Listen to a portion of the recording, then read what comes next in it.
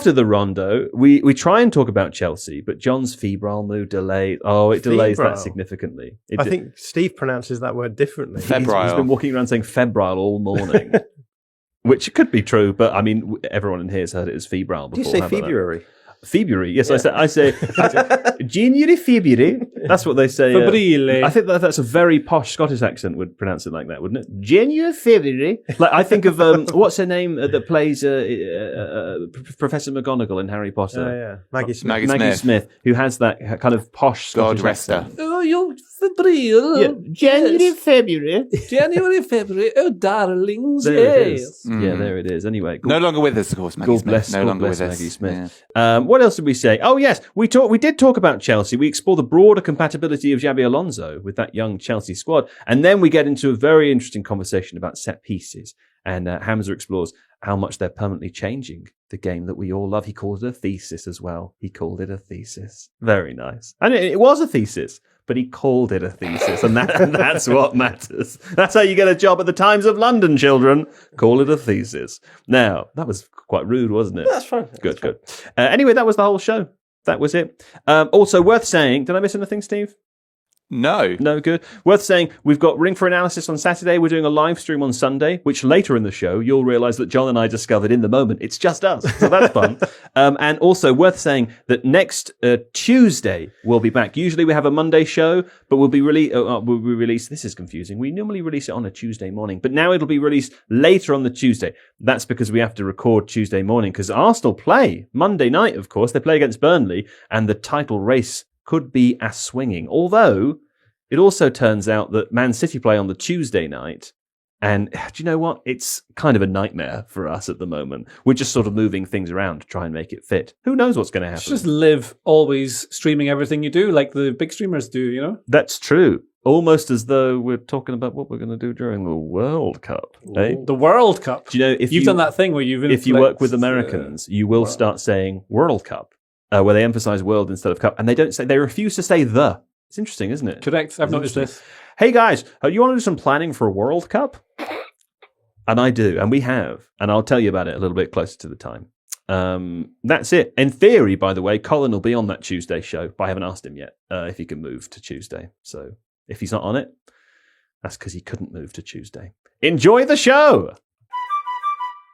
Well, where else to begin, of course, than with Scotland, because good Lord, it was exciting last night, wasn't it? It was exciting, JJ, and then our hearts were stolen away by evil. What happened? Is that too heavy an editorial tone? I think you've not gone far enough. Okay. I think try a stronger take. Would you like me to set this up for you? Because what Steve's written here, I can say the Scottish title race will go down to the final day. That was after the events of last night. Hearts still top the table by a point, so Celtic will have to win to stop Hearts claiming the title. They play each other on the final day. Correct. The Edinburgh side would have a 3-point gap had a 99th minute penalty not been awarded to Celtic, which gave the boys a 2-3 victory. I've read that weirdly. 3-2 victory. That's fine. Now, to say it was a controversial decision massively understates things, JJ, doesn't it? And perhaps even evil understates. Yes. Well, I don't think any of us really saw a world in which Celtic would be given a late penalty to help them in any sort of title race. That doesn't happen usually. No. To either them or the other team that tends to win titles in Scotland. So nobody saw this coming. That's one thing that makes it interesting.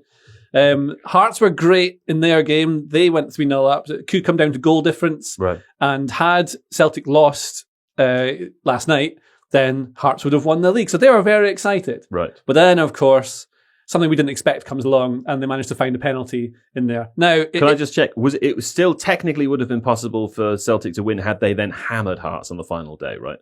Yeah, they won by like 6 or 7 goals or something like that. Yeah. Okay, it was only 3 because Hearts goal difference comes down as 6 goals difference. Though. Yeah, there's 7 goals difference at one point, right? Yeah, was it 7? No, 6 goals difference. But if you score a goal, yours goes up and theirs goes down, so you only need half of it, so it's 3. But then if it goes, now I understand. So they could if they, but you know, that would be saying they'll beat the team top of the league. It's still a big, it's a 3 goal difference. It's still big. They got better Hearts. The Hearts are really good. Yeah. And of course, my next point was the maths has thrown him completely. I can see through his eyes. I just don't think it's a penalty. And the problem is that it feels like an awful lot of the time, if you don't support one of these big clubs, these decisions seem to go against your club. Like when you watch it back, it does hit his hand, but... Does it? It does, but also there's...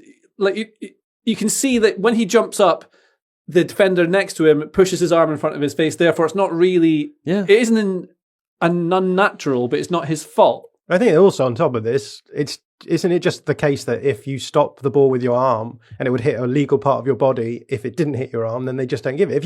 If you have your hands close together and the ball's coming towards your chest and it hits your arms, it's not given as a penalty because, I mean, I guess your hands aren't in an unnatural position, but like in the same way, if the ball hits your hand before it hits your head, you're not stopping it from hitting a legal part of your body, in which case it probably would get let go. Basically, there's been absolutely no noise about this whatsoever from fans of any clubs related to it whatsoever. No one's talking about it. But it is setting up what will be an enormous game. How big is this game on Saturday? And tell us who it's between. It's the most enormous game that's ever happened. Wow. Celtic are at home against Hearts. Oh, Celtic are at home. Yes. If Hearts draw, they win the whole thing. Yeah. It's not happened since, as we discussed, ages. Yeah. It doesn't happen. I've not seen it since I've been alive. Would you call it historic? I would call it an historic event. Right, yeah. Do you know, I did that the other year. I was on the holiday in the south of England somewhere with my friend who used to be a sub-editor, and I made a comment describing something as an historic, and he told me that is a big myth. It's bullshit. I wrote a song called that once. Really? Yeah. So apparently you're supposed to say ahistoric. That's fine. Ahistoric is absolutely fine. There was ahistorical, because that would be... Ahistorical would be historic that isn't one or the other. Yeah. No, it's non-historical, ahistorical, isn't it? That was just a joke. Oh. I know we need to move on to talk about other things, but this is the only time I've ever remembered that this story happened to me when I was at school once. We're in a big assembly, in the assembly hall, and then the teacher came out in front of the... Were you sitting in chairs or on the floor? We're all sitting in chairs in the hall, the whole school, in primary school, sitting there, and the head teacher, she comes out, and she's doing a thing for all. It's like an end of year thing, and she says, she comes up. Will you do it in her voice? I'll try to. I'm trying to remember the setup. This might not be very funny at all. No, I think it's funny already. Oh, good. Yeah. Well, she comes out in front of all the students on the stage, and she's got a bag, and she says, "Well, students, it's blah blah blah blah blah. It's the end of the year. What do you think I have in my bag?" And out of nowhere, some kid in the front row goes, "Eagle." And I remember that, and I think about that all the time. And that's come to mind because he didn't say an eagle. He said, eagle. Eagle. First of all, he says, eagle. Secondly, why would she have an eagle? I wish she dumbass. Did. What did she have? An eagle. I mean, in my head, eagle. You don't even remember what I don't remember. I'll ask my friend, maybe he'll remember. But that's a perfect example of how memory works. Anyway, we must move on. And I'm aware the last time I said we were talking about Scottish football and I said we must move on, I got a lot of hatred in the comments for how quickly I moved us on. I want the Scottish people who are upset that we're not talking about this longer to know it's Steve Hankey who's insisting that I move on. It is Steve Hankey. If you want to get upset with someone, get upset with Anne earlier. He said he hates Scotland as well. Did you hear that? I did hear that. I think he said it for your benefit. He was saying, he walked in, he's like, I hate all the views. That's right. Do you know the game on Saturday? So at 12:30, that's the big game. That's when it's going to. Hearts v Celtic could be like one of the most historic games of Scottish football history. Yeah. I have no idea who'll win it. It will be amazing. If you've never watched Scottish football before, watch Celtic versus Hearts. And there's nothing on at that time to clashes with it in the Premier League, right? Because all those games are on Sunday because of the FA Cup final. Yeah, FA Cup finals at 3 p.m. This game's at 12:30. So you can watch it. I'm sure there's nothing else going on. But don't bother because it's. Wow. If you DM me, I'll tell you where he lives. Something got cut, and it was Steve Hankey. Incredible. Now, from one thing that got cut to another that I bet people wish could be cut, a photograph has emerged of the Southampton analyst. Bless the Southampton. Now, this was, of course, I'm talking about Spygate, the new Spygate. Yesterday, what happened? A photograph emerged of the Southampton analyst, who I think later was identified as William Salt, allegedly observing Middlesbrough's training session last Thursday. So this was what all the furore was around. There were some accusations that an analyst from Southampton was caught observing and filming Middlesbrough's training session before the first playoff game in the Championship. Right? Wearing a big jacket and some glasses and a moustache. Yes, and looking through No, two he didn't holes even in try a that. newspaper. He didn't. No. It was just jeans, right? It was jeans. No dark coloured trousers, no mask. He paid with his card for the coffee. Cash, bro. Come on, man. Middlesbrough also have details of a credit card used by the, quote, spy at the golf club adjacent to Rockcliffe. Now, this photograph was originally published by the Daily Mail. The Athletic also obtained it. It shows a young man. If you haven't seen it, you really should. It made me laugh for about 4 minutes, I think. It shows a young man standing half covered by a tree.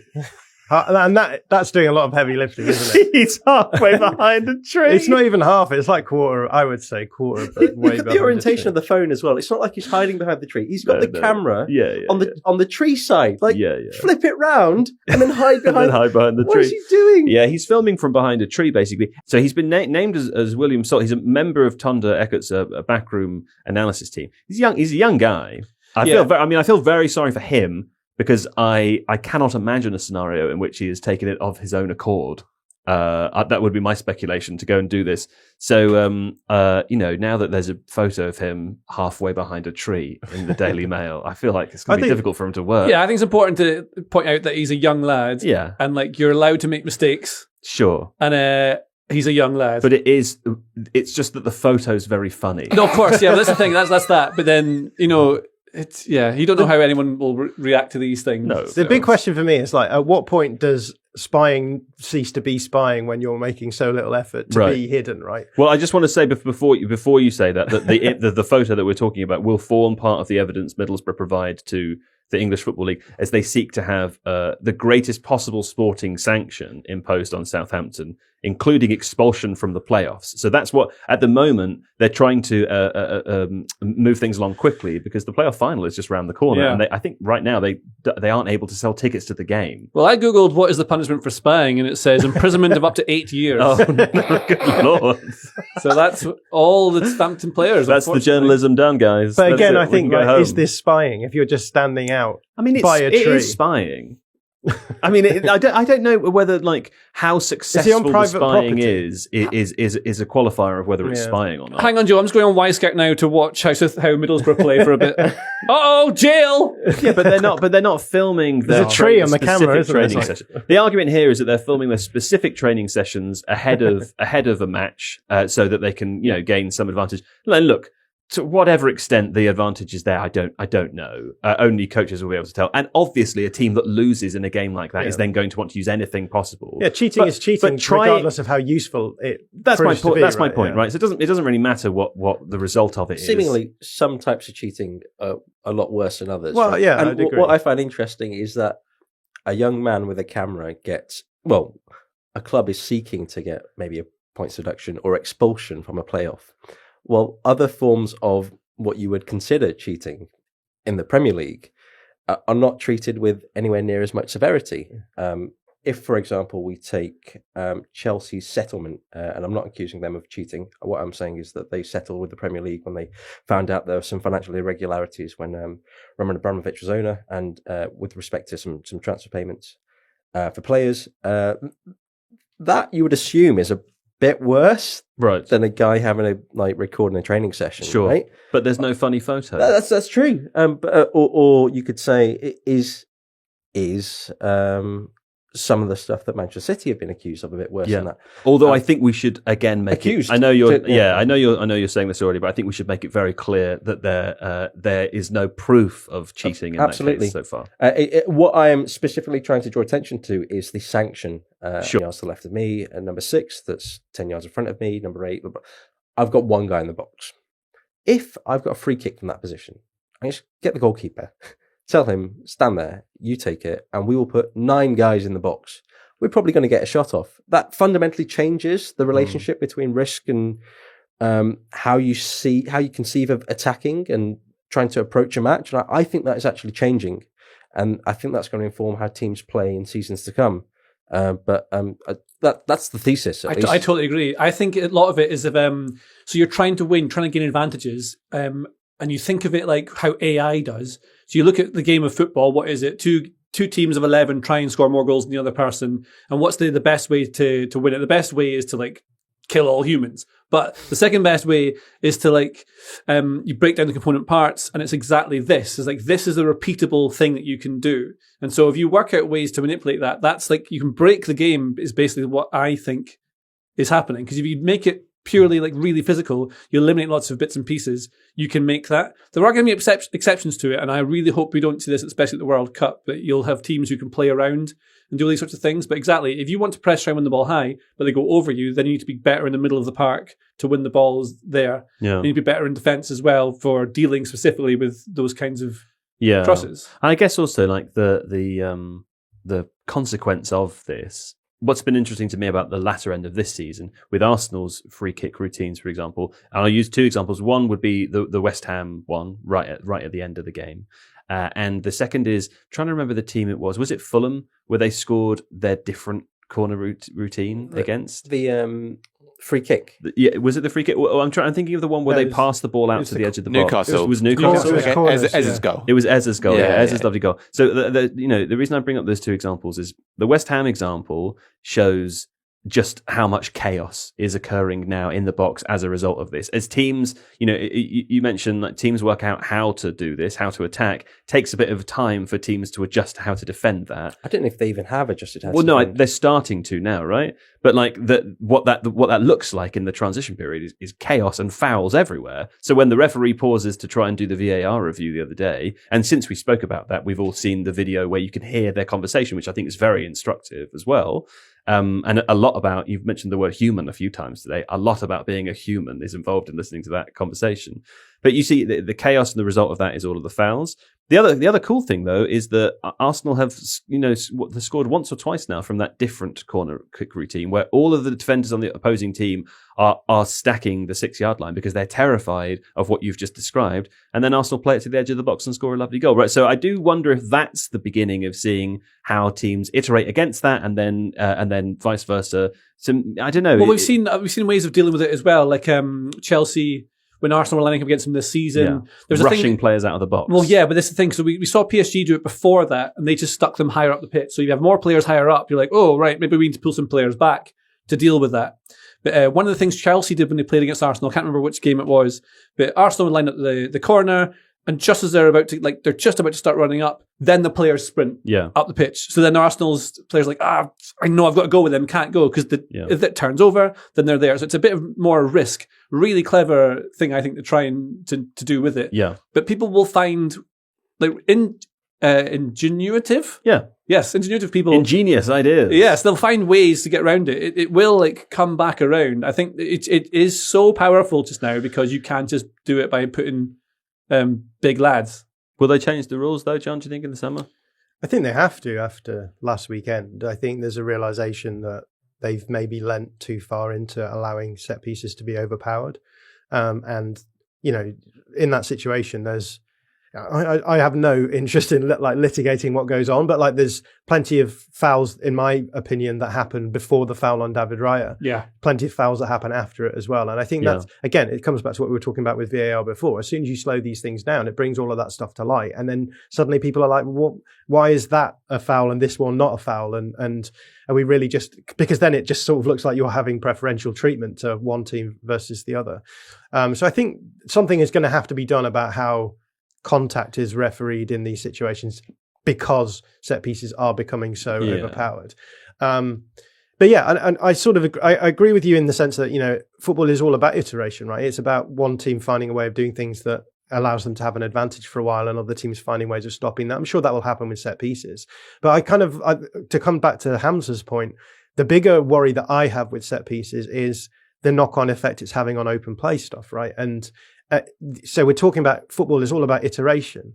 That's absolutely true. But what's happened in the situation where Hamza's describing, where it's becoming harder to score in open play, what you end up doing then is iterating set pieces to make them better, and then not worrying about open play really at all beyond, as you said, well, if the game is becoming more physical and more direct, then we can just be more conservative in open play, try and generate as many set piece situations and then iterate them better. And I think that's sort of worries me because, as I said before, I think, the football is the open play bits, right? Obviously, set pieces are part of the game. Set pieces were designed as a way of getting the ball back into play. And I feel as though if we push the game in a certain direction where we're emphasizing the parts of the game that were peripheral at one point to the detriment of what the game was, I think it becomes problematic. Now, that's, again, I want to caveat, set pieces are a part of the game. I don't think Arsenal being able to optimize from set pieces is cheating. I think it's really good. I think that's what football should be about. But I've always said this. I think it's cheating. You think it's cheating, but like I've always said this: the game as an entertaining spectacle, or in terms of the meta big picture stuff, is always been officiated by the owners of the league. So if the owners of the league think it's becoming less entertaining, or if the game is being devalued from what it originally was, they're well within their rights to change the rules. We see this happening with the offside law all the time, right? The offside law is designed to stop people, basically goal hanging, to make the size of the pitch workable with your back line. It's not to rule out fractional differences. Right. And again, through the years, it changed, right? When teams got better and better and better at defending and goals were reduced, they softened the offside rules to make it easier for teams to score. And I think you could do the same thing, and obviously it would be in the other direction. But what you're trying to do is, again, find ways of encouraging teams to score in open play to make the open play aspect more attractive. That's fair, right? Because I think it's important to note there, it's easy to get carried away thinking about these incidents. The question being, is the incident itself boring? We talked about that earlier with West Ham Arsenal. My opinion, and I think other people, some people share this opinion as well, watching that incident is actually quite exciting. Mm-hmm. What happens, the outcome of that is a thrilling piece of entertainment. Yeah. What isn't exciting is the way that Arsenal play the rest of the time, because they're relying on those moments, right? And that's what you're saying. If you know you can score with set pieces, and therefore that impacts the way you play more aggressively in open play, it means that most of the 90 minutes is then boring, despite that some of the short elements of it are exciting. There's a word John used in the WhatsApp group earlier that I think I can let my point all to this, is the hyper-financialization of everything, because that makes the competitiveness so much more important, because there's shareholders at stake now. So the same as like every company has to have constant growth. So like your Cadbury's cream eggs taste worse and they're smaller because you have to have constant growth. You can't really change it that much. Just make it out of palm oil. It's fine, Right. So this is what happens. So then you can just minimize, if you're a manager and you're trying to like appease the shareholders, eventually that's your JJ's found out about palm oil. He's heard about palm oil. Oh no. Look, all our spies know everything. Next he's going to hear about cashew nuts. Go on. So like if you're a manager, eventually you're a central, say at Chelsea, I suppose your eventual boss is the shareholders, right? That's really kind of what it is. So if you have to win, you have to find ways of control. So like the way of getting control is by like minimizing risk. That's what you can do. You can turn everything into a set play. And there was like the first goal that Man City scored against Crystal Palace, like Phil Foden doing that back heel to put Semenyo through on goal. You can't really coach that. You can, but like the intuition and the magic and the genius behind that, that's what opened them up eventually. Because like Palace were just being they worked around all the time, but that's how you can open them up. You can't really coach it. You can't guarantee everything will happen. That is a kind of a risk that some managers will be like, yes, I wanted him to do that. But actually you don't say that, and now do a clever back heel to disrupt everything. You'll find ways to try and drag them one way and do this. But everyone is so well drilled, everyone is so coached, you've got total control. And it means that set pieces are the ultimate controllable way to generate high quality chances to score, because Hans was saying like it's right next to the goal and you can do it. So it will have to be that rules change, otherwise it'll be something different. Interestingly, I was doing a bit of research on set pieces at the World Cup for a thing that I was doing recently. And the technical group, whatever they're called, the FIFA's technical study group, says that it's Gilberto Silva, somewhat ironically the ex-Arsenal player, talking about it, says they think it's unlikely that set pieces will define this year's World Cup. Right. He says, I'm interested to see how the other teams approach this. We've seen this season in the Premier League with Arsenal. In the last few years, corner kicks and long balls